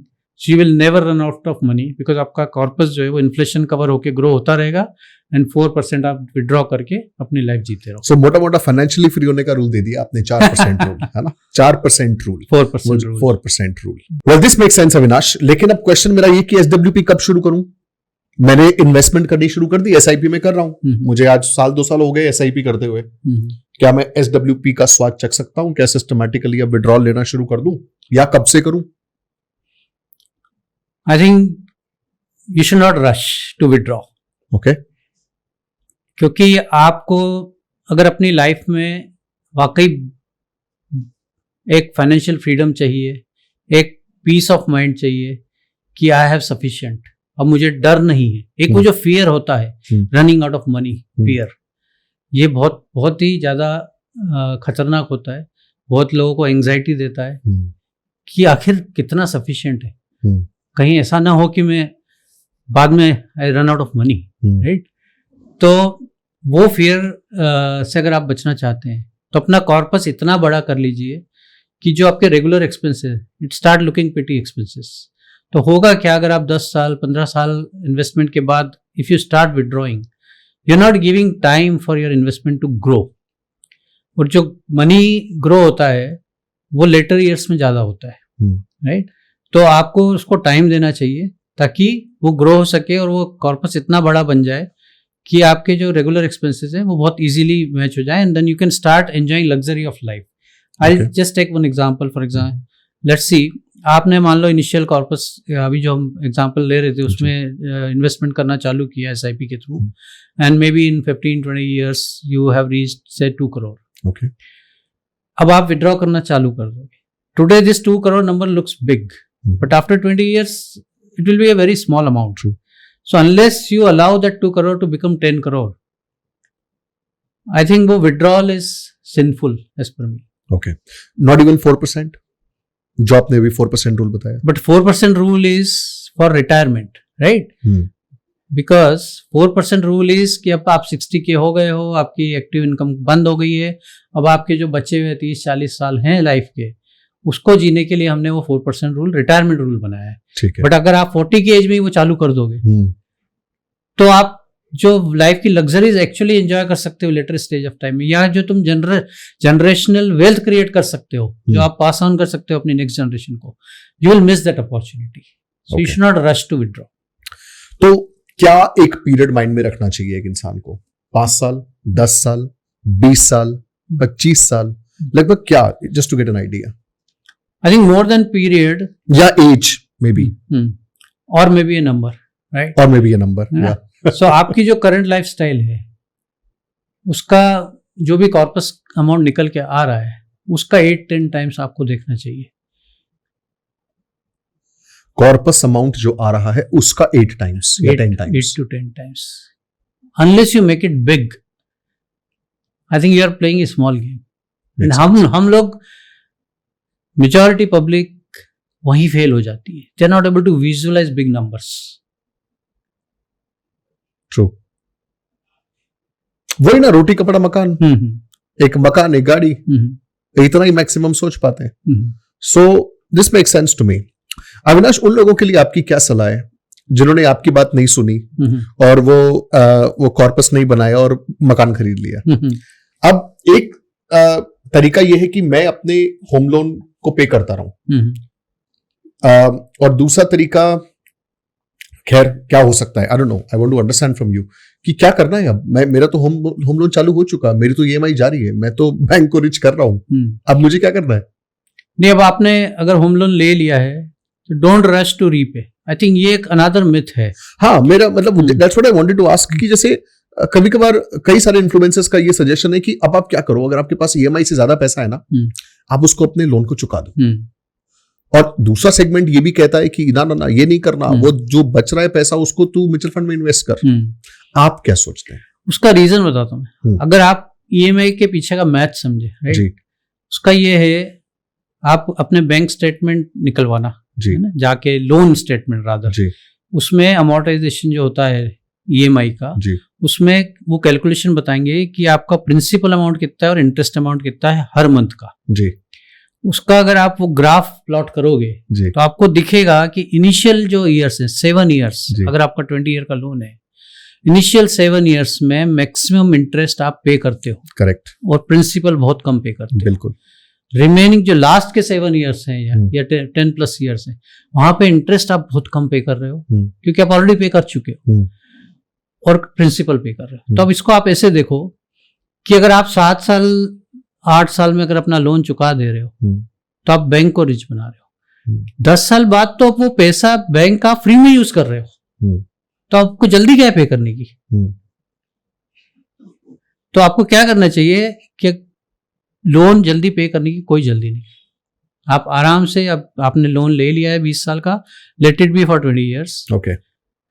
But उसकी कंडीशन ये है कि don't put in FD that amount, because you are paying loan rate. देखते रहो आप मार्केट का, अगर आप 8-9% आप पे कर रहे हो, assumption is you are making more than that. True. Right? Otherwise आप वो उसको 9% दे रहे हो और पैसा बचा के आप 4% पे रख रहे हो, then it's wrong. That's nonsense. Right? Yeah, so you have to invest in again mutual fund या जो भी आपकी asset class choose करें जो आपको higher return देगी, and build that corpus for remaining next 10 years, 15 years, जो भी आपका loan duration बाकी है, and keep paying EMI.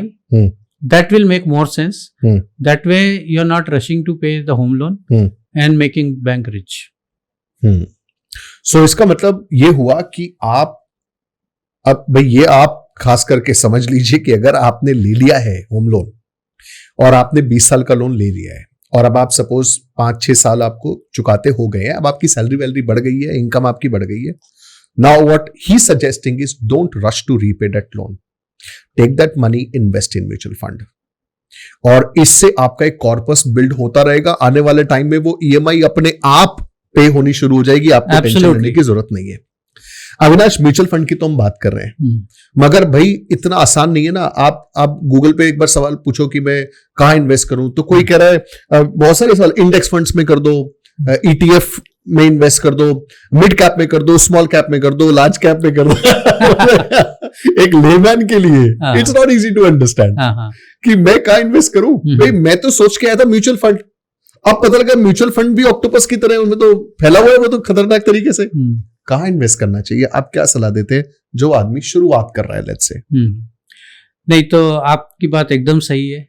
ये चीजें कॉम्प्लिकेट होते जाती हैं जितना आप डीप में जाते जाते हैं, तो चीजों को सिंपल रखें तो वो बेटर रहेगा, स्पेशली अगर आप अर्ली लर्नर हैं, आई वुड से, इन दिस फील्ड, राइट। धीरे धीरे, लेकिन I think everybody should get financial education and start learning this vocabularies so that आप बेटर फाइनेंशियल डिसीजंस ले सकें। बट जो स्टार्ट कर रहा है उसके लिए आई वुड से कि आप पहले हम समझते हैं क्या क्या कैटेगरीज हैं। Try to keep it simple as much as possible. One category is mutual fund, जिसके अंदर आप broadly I would say debt fund and equity funds, right. Debt is more like FD, आप लिक्विड फंड्स वगैरह हैं जो debt instruments में आपको invest करते हैं। तो जब भी आपको पैसा पार्क करना है, जो आपका लमसम आया है, कुछ भी है, आप डेट फंड यूज कीजिए। जो शॉर्ट टर्म गोल्स हैं आपके, अगले 1, 2, 3 साल में आपको पैसा चाहिए, वहाँ आप डेट फंड यूज कीजिए। It is equivalent of FD. अब हम जो लॉन्ग टर्म इन्वेस्टमेंट की बात कर रहे हैं, वहाँ पे आप इक्विटी म्यूचुअल फंड्स लेंगे। इसमें यू कैन स्टार्ट विद से बैलेंस फंड, जो कि थोड़ा पैसा automatically fund manager will take a decision on splitting between debt and equity, right? So that could be your starting point. Or you start with say large cap funds, right, which will invest in bigger companies, right, जो India की नामी top companies हैं 50-100, उनमें invest करेंगे, right. तो large cap fund. Mid cap थोड़ा ज़्यादा risky है, वो मीडियम साइज कंपनीज हैं। स्मॉल कैप है और रिस्की है, वो छोटी कंपनीज में इन्वेस्ट करेंगे। मैं पहले एक्सप्लेन करता हूँ, फिर हम एक रेशो थोड़ा एक फार्मूला दे देंगे अपने व्यूअर्स को, so that they can start. अब हमने ये भी सुना है ETF, right, exchange traded fund होते हैं। ये बेसिकली ये भी म्यूचुअल फंड तरह के ही होते हैं, पर इनका क्या प्री डिफाइंड है कि ये कहाँ इन्वेस्ट करेंगे। फॉर एग्जाम्पल निफ्टी 50 का अगर ETF है तो जो निफ्टी की 50 कंपनीज हैं, वो फंड सिर्फ उन्हीं 50 में इन्वेस्ट करेगा। Fund manager can not decide कि कौन सी 50 में।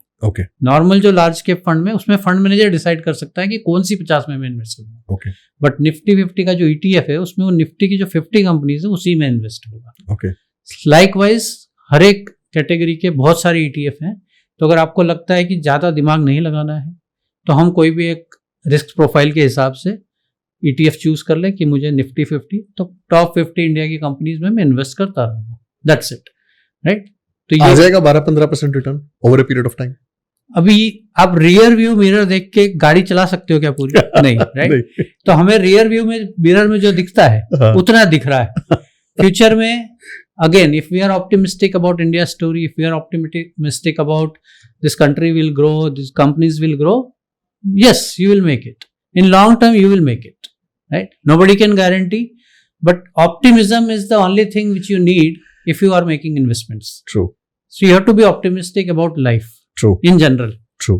And that's how we'll live also. True. Right. True. हमारे जो डिसीजंस होते हैं पर्सनल लेवल पे, नॉन फाइनेंशियल डिसीजंस, वो भी उसी ऑप्टिमिज्म में कि हमारी जिंदगी आगे कैसे चले। तो वो that level of optimism is required for investment, and if things go well, I am sure there will be a decent return. Nobody can guarantee any return. Avinash, ये जो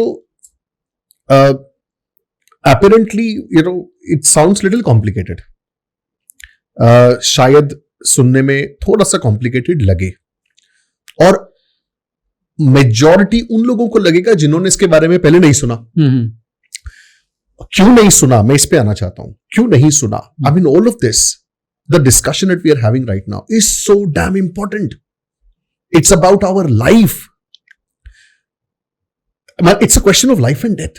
भाई पैसे के बिना people end up committing suicide. पैसा नहीं है, और पैसा हो नहीं हो बात, पैसे की नॉलेज भी नहीं है। तो मैं आपसे ये समझना चाहता हूं कि what is the right age जब इंसान को ये सोचना चाहिए कि भाई इस एजुकेशन को अब मुझे लेना है। क्योंकि अविनाश, मेरा एक्सपीरियंस बता रहा हूं, मैं कोई स्कूल नहीं सिखाता, कोई कोर्स नहीं सिखा रहा। मतलब अगर आप जॉब ओरिएंटेड कोर्सेज की बात करें, वो कोई नहीं बैठ के आपको सिखाने वाला कि आपको यहां इन्वेस्ट करो, यहां मत करो, इतना रिटर्न ऐसे करो वैसे करो। ये डिस्कशन कोई नहीं करने वाला। मकान लो मत लो, कब लो। What is the right age to get this education, Avinash? I think you are on spot on this, क्योंकि ये फाइनेंशियल एजुकेशन है, it is missing big time, right? No school teaches it and there is no right age, or rather I would say every age is the right age. Okay, मतलब आपका जो भी as है, हमारे बच्चे, उनकी as के हिसाब से you start talking about money, right? They should not fear money. It's all, see ये while it sounds all complicated, right? इसमें knowledge is only 20%. 80% is all mindset, psychology, ji, discipline. वो सब हमें मनी के साथ जो रिलेशनशिप है, जो हमने बचपन से वैल्यू सिस्टम्स, जो फाइनेंशियल ट्रांजेक्शंस देखें अपने घर में, अपने पेरेंट्स के साथ, अपने एनवायरनमेंट में, जी, वो सब आपको इम्पैक्ट करता है. जी. तो I think early the better, जी. I would say. बच्चों से आप स्टार्ट करिए, उनको don't disconnect them from money. आप जितनी जल्दी बच्चों को थोड़े पैसे दो, let them manage, let them handle, let them not fear कि ये 500 रुपए का नोट है, कहीं गिर तो नहीं जाएगा. Let them handle it. गिर गया तो क्या होगा? ठीक बात. Let them go to their grocery shop, खर्च करने दो 500 रुपए. Let them do the calculation कि ये चेंज कैसे मिलेगा, क्या होगा, राइट? सिमिलरली आप धीरे धीरे जैसे बड़े होते हो, कॉलेज में आते हो, start handling more complicated financial transactions, so that जब आप एक्चुअली अर्निंग आपकी स्टार्ट होती है तो आप डरो नहीं फाइनेंशियल डिसीजंस लेने से. आप एक सही डिसीजन लेने के लिए कॉन्फिडेंस भी चाहिए रहता है जी. वो कॉन्फिडेंस आता है कर करके. तो जितना आप पैसे को हैंडल करते हैं उतना कॉन्फिडेंस बढ़ता जाता है. I think it's important people start getting that financial education as early as possible in life. And now thankfully to people like you, इस टाइप के पॉडकास्ट, नॉलेज शेयरिंग हो रही है. I think there is ample of information available. Correct. I think we have to guide people in the right direction. At घर में भी अगर हम टीवी में लगा दें, हाँ, पेरेंट्स अगर शाम को खाते वक्त कोई ऐसा पॉडकास्ट लगा दे, ऐसी कोई कॉन्वर्सेशन, कोई वीडियोस चला दे, तो भी हो सकता है कि it will keep getting fed into their subconscious mind. Absolutely. क्योंकि आज की तारीख में विनाश ये मैं चीज ऑब्जर्व करता हूं कि आप गाड़ी चला रहे हो, बच्चा बैठा हुआ है, पापा मैं ये गाड़ी लूंगा, ठीक है? आपने कोई फैंसी लग्जरी कार देगी, पापा मैं ये गाड़ी लूंगा, हाँ बेटा जरूर लेगा, बड़ा होके तू ये गाड़ी जरूर लेगा, बेटा जरूर लेना बड़ी गाड़ी. तो वो क्या कनेक्शन है? और इसके लिए तेरे को ना ये करना पड़ेगा या तुझे वो बनना पड़ेगा.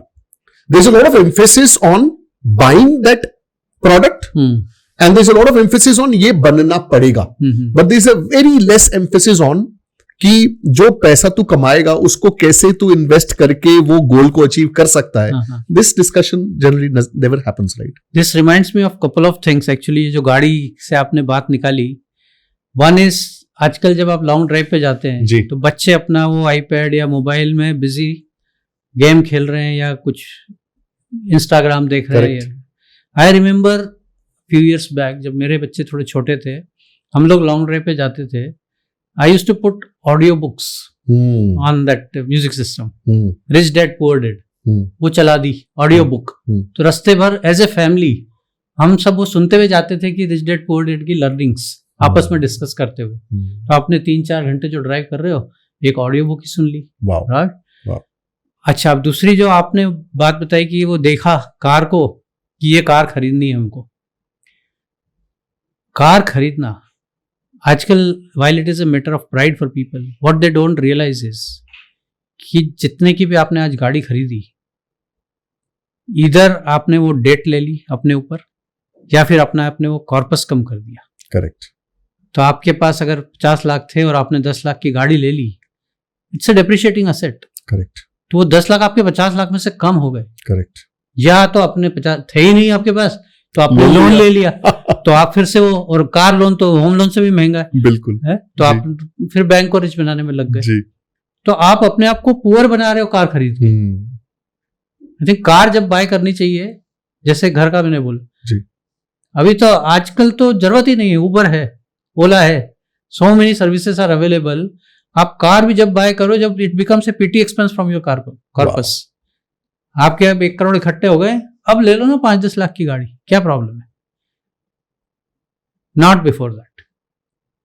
Very interesting, very interesting. Avinash, ये बहुत अमेजिंग आपने बात बताई कि ना सिर्फ मकान लेने की जल्दी, क्योंकि आई think it was my mistake कि मैंने इस बात को नहीं पूछा आपसे. ऑब्वियसली हर पेरेंट ही कह रहा है कि बेटा मकान ले अपना, मगर बिना पापा के बोले बेटा तो डिसाइड कर चुका है कि अब पैसा जो पहली तनख्वाह दूसरी तनख्वाह की गाड़ी तो लेनी है. तो again as per you it is not a wise financial decision. Absolutely not. Car तो I think should be your last decision. Because और आजकल तो ये बहुत चल रहा है ना कि YouTube पे आप जाके देखो, सेकंड हैंड लग्जरी कार्स का मार्केट इंडिया के अंदर जितना ग्रो कर रहा है, इट इज अनबिलीवेबल कि आप सेकंड हैंड BMW ले जाओ 10 लाख में, आप ऑडी ले जाओ 10 लाख में, तो दे आर सुनने में, और that's very attractive for youngsters. या BMW चला रहा है, ऑडी चला रहा है, लेकिन वो आपका पैसा जो है, मतलब that's actually not a wise decision at all when you're just surviving on the salary. Absolutely not. I think this is not a wise decision.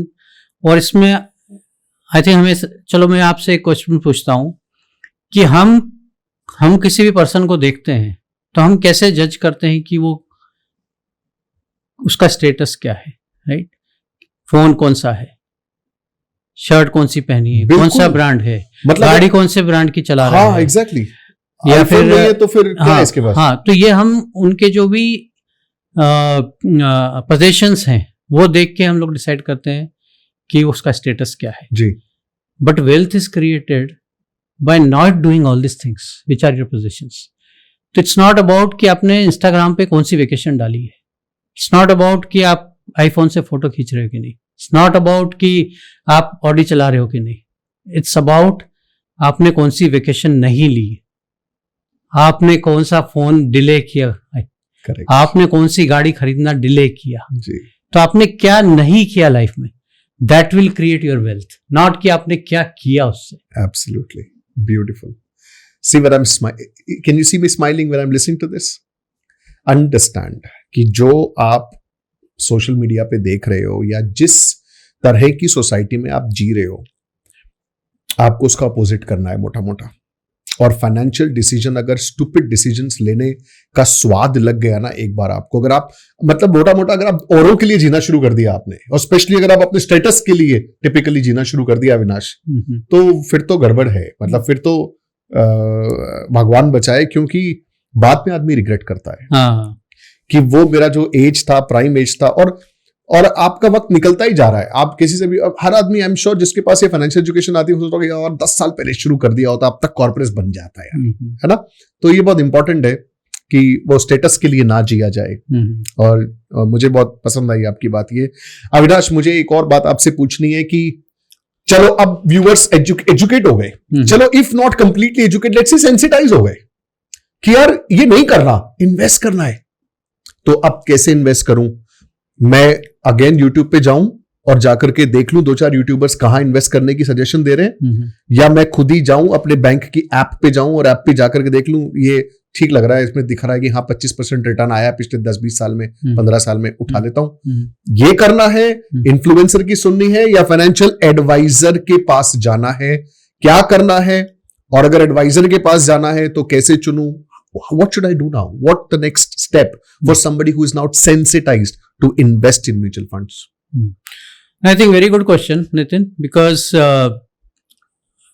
बहुत से लोग हैं ऐसे जो करना चाहते हैं जी, पर उन्हें पता नहीं क्या करना है, कैसे करें, किसके पास जाए, और जैसे आप गूगल करते हो आप कंफ्यूज हो जाते हो। बिल्कुल। हर ऐप पे आपको डिफरेंट एडवाइस मिलेगी। करेक्ट। तो किसकी सुने, राइट? तो I think will keep it simple. जो जस्ट स्टार्ट कर रहा है, राइट, ऑब्वियसली उसको फाइनेंशियल एडवाइजर की डे 1 को जरूरत नहीं है, ओके, क्योंकि अभी आप स्टार्ट कर रहे हैं, पहले एक थोड़ा अमाउंट बिल्ड करें, देन जब अमाउंट अच्छा सिग्निफिकेंट हो जाए तो आप you can think about going to financial advisor, right?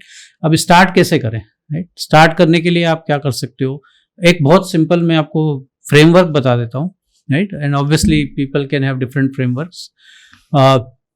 Somebody is starting of, may be से जिसको SIP करनी है, हम एक youngster who is just starting of, right, उसका एग्जांपल ले रहे हैं, SIP करनी है, तो आप अमाउंट जो भी है आपका उसको मे बी से 4 या 5 पार्ट्स में आप डिवाइड कर दिए, okay. राइट? जैसे मान लो आपको 10,000 की SIP करनी है, तो हम कहेंगे कि हम 4 या 5 पार्ट में भी डिवाइड कर देते हैं, ठीक है? तो हमारी एक SIP होगी जो कि इंडेक्स फंड में हो जाएगी, okay. राइट?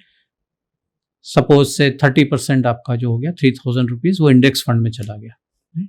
तो आप निफ्टी 50 इंडेक्स फंड आप सर्च करोगे, सभी कंपनीज ऑफर करती हैं, किसी का भी चूज कर लो। तो इनडायरेक्टली आप हमें अब बता रहे हैं व्यूअर्स को कि कहाँ कौन से म्यूचुअल फंड्स। हाँ जी, है ना। पहले था म्यूचुअल फंड सही है, अब हम बता रहे कौन से म्यूचुअल फंड। हाँ, तो हम एक फ्रेमवर्क बनाएंगे। हम अभी भी नाम नहीं, मतलब ऐसा स्पेसिफिक होना जरूरी नहीं है, क्योंकि सब कंपनीज अच्छी हैं। आप कोई भी रेप्यूटेड कंपनीज बैंकिंग जो ऑफर कर रहे हैं, बैंक्स या म्यूचुअल फंड हाउसेस, सब अच्छी हैं। आप जो भी टॉप की 4-5 हैं, जैसे ICICI हो गई, HDFC हो गई, निप्पन हो गई, all of them are good, Motilal वगैरह, राइट। इनको चूज कीजिए। जो अननोन नेम्स हैं उनकी तरफ मत जाइए, रिप्यूटेड किसी को भी चूज कीजिए और get started, right. Index fund सबका परफॉर्मेंस सेम रहेगा, क्योंकि it is link to index, correct. तो आप किसी भी कंपनी का आप चूज कर सकते हैं, राइट। तो वहाँ वो आपका फर्स्ट SIP हो गया। सेकेंड SIP आप कर सकते हो एक लार्ज कैप फंड में, राइट। तो आप एक 20% अमाउंट लार्ज कैप फंड में डाल दीजिए, राइट। अनदर 20% आप फ्लेक्सी कैप फंड होते हैं एक, जिसका पर्पस ये होता है कि हम we are giving that flexibility to the fund adviser या fund manager. He will decide कि कब डेट में रखना है, कब स्टॉक में डालना है, कितना डालना है, कब लार्ज कैप में डालना है, कब म्यूचुअल मिड कैप में डालना है, कब स्मॉल कैप में डालना है। तो we are giving that flexibility to the fund manager. So आप 20% अमाउंट जो है फ्लेक्सी कैप में डाल दीजिए, वो ही will try to maximize your return, right, within that category. Index fund में 30%, करेक्ट। अपना लार्ज कैप फंड में 20%, करेक्ट। फ्लेक्सी कैप फंड में 20% हो गया, ठीक है। आप अनदर 20% डाल दीजिए मिड कैप फंड में, है ना। और जो लास्ट का 10% बच रहा है वो आप स्मॉल कैप फंड में डाल दीजिए। सो दैट वे हमने क्या किया, थोड़ा सा डाइवर्सिफिकेशन कर दिया, राइट। एंड हमने थोड़ी रिस्क भी ले ली स्मॉल कैप लेके, which will generate additional return for us in long term. Obviously थोड़ा वोलेटाइल रहेगा, but that also gives us that benefit of volatility, right. So that way you are well distributed, well diversified. इसकी SIP आप start कर दीजिए। And इसको और optimise करना है तो हम क्या कर सकते हैं, instead of having everything on first, आप मंथ में भी डिस्ट्रीब्यूट कर दीजिए। आपके पास अब 5 SIPs हैं, 5 डेट्स चूज कर लीजिए, एक 1 तारीख को, एक 5 तारीख को, एक 15 तारीख को, एक 20 तारीख को, या आपका कोई लकी नंबर है आप उस पर कर लीजिए। सो आपका अगर विद इन ए मंथ भी जो मार्केट का फ्लक्चुएशन होगा उसमें भी आपकी एवरेजिंग हो गई। I think this is a very decent start. आप ये करिए फर्स्ट 5 years 7 years, आपका एक अच्छा कॉर्पस बन जाएगा। Once you cross maybe say 50 lakhs I would say, then you look for a good financial advisor, right? Because initially we want to build the corpus. That is more important. Discipline is more important rather than chasing the returns. कि हमारा plan perfect है कि नहीं वो important नहीं है। हमारा plan है और हम उसको एग्जीक्यूट कर रहे हैं, वो ज्यादा important, way more important. Absolutely, absolutely. So ये एक ऐसा प्लान बताया है अविनाश ने दोस्तों, जिसे आप नोट कर लें, फॉलो करें, and I am sure over a period of time, okay, we are not talking about short term, over a period of time you will see good returns coming in. You'll feel happy, you'll feel healthy. When I say healthy, your stress level when you talk about money, that's going to be way less. Avinash, probably one of my last question, life insurance के बारे में आपने कुछ नहीं कहा इस पूरी conversation में, जबकि बचपन से इंडियन ट्रेडिशनल फैमिलीज में सबसे पहली चीज तो यही है, बेटा LIC कराया कि नहीं कराया, LIC हुआ क्या? इस पर आपकी क्या राय है? It may be controversial, but I think my suggestion is don't go for any kind of insurance which is linked to investment. Okay. You should definitely take insurance, but वो प्योर टर्म इंश्योरेंस होना चाहिए। Okay, right. तो आप किसी भी अच्छी company का early as में टर्म लाइफ इंश्योरेंस लीजिए।